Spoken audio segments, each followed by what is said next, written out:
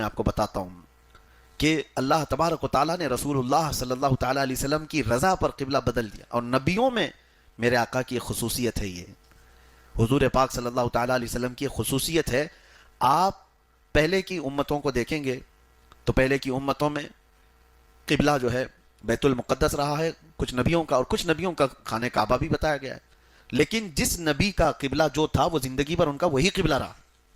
صرف حضور پاک کی خصوصیت ہے کہ حضور صلی اللہ تعالیٰ علیہ وسلم بیت المقدس کے بھی امام اور خانہ کعبہ کے بھی امام،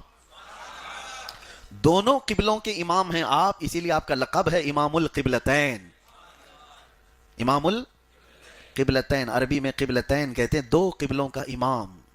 اب یہ صرف نبی پاک صلی اللہ تعالیٰ علیہ وسلم کی خصوصیت ہے کہ میرے آقا دونوں قبلوں کے امام ہیں۔ اب ہمارے لیے مسئلہ یہ ہے کہ مسجد قبلتین مدینہ طیبہ میں موجود ہے، جہاں یہ قبلہ بدلنے کا واقعہ ہوا وہاں آج ایک مسجد بنی ہے، اس کی زیارت بھی ہوتی ہے، لوگ جاتے ہیں،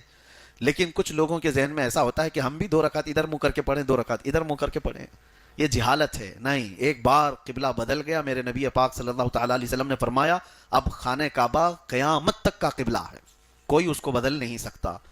دوسری چیزیں یہ قبلہ بدلنے کے احکام، اور اسی پارے میں اللہ تبارک و تعالیٰ نے شہیدوں کی زندگی بیان فرمائی،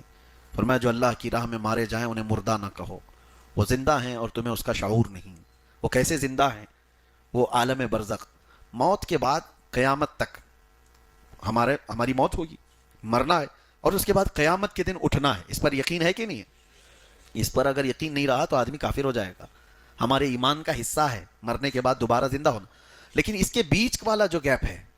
موت کے بعد سے لے کر قیامت تک کا جو سفر ہے، اس کو کہتے ہیں عالم برزخ۔ یہاں کی جو زندگی ہے، اس زندگی میں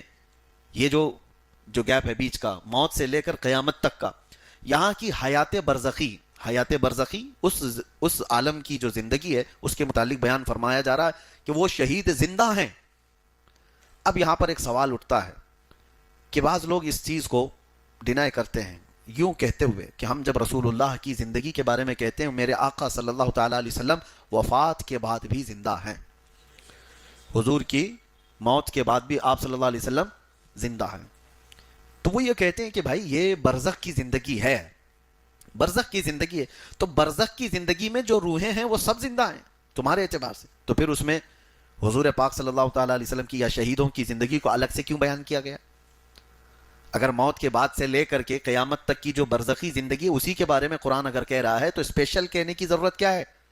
وہ تو ساری روحیں برزخ میں ہیں، مرنے کے بعد وہ سب احساس کرتی ہیں، ساری روحیں،